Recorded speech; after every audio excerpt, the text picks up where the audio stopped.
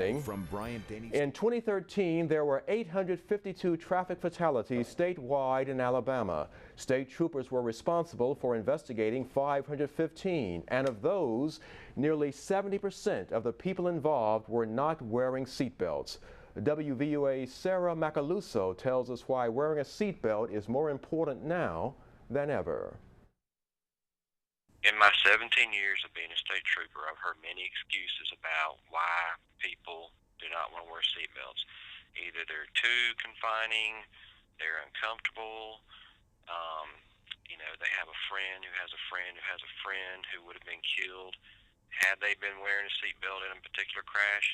But I can tell you from my 17 years experience and hundreds of crash investigations, I've never seen a person that would have been killed had they been wearing a seatbelt. Tina McClinton has one memory that will remind her to put on her seatbelt every time. I lost my husband to a car crash, and his seatbelt didn't hold, but it was an older vehicle, so, it's very important. I have grandchildren. It's very, very important. Alabama is one of 33 states that have a primary seatbelt law, although Deputy Fire Chief John Brooks says that shouldn't be the only reason you buckle up.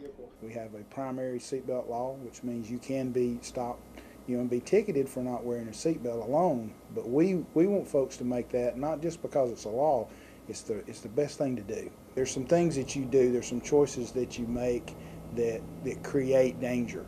But there's also some choices that you make that create safety. And a seatbelt is a choice that you make that you can create more safety for yourself and give yourself a better opportunity of surviving.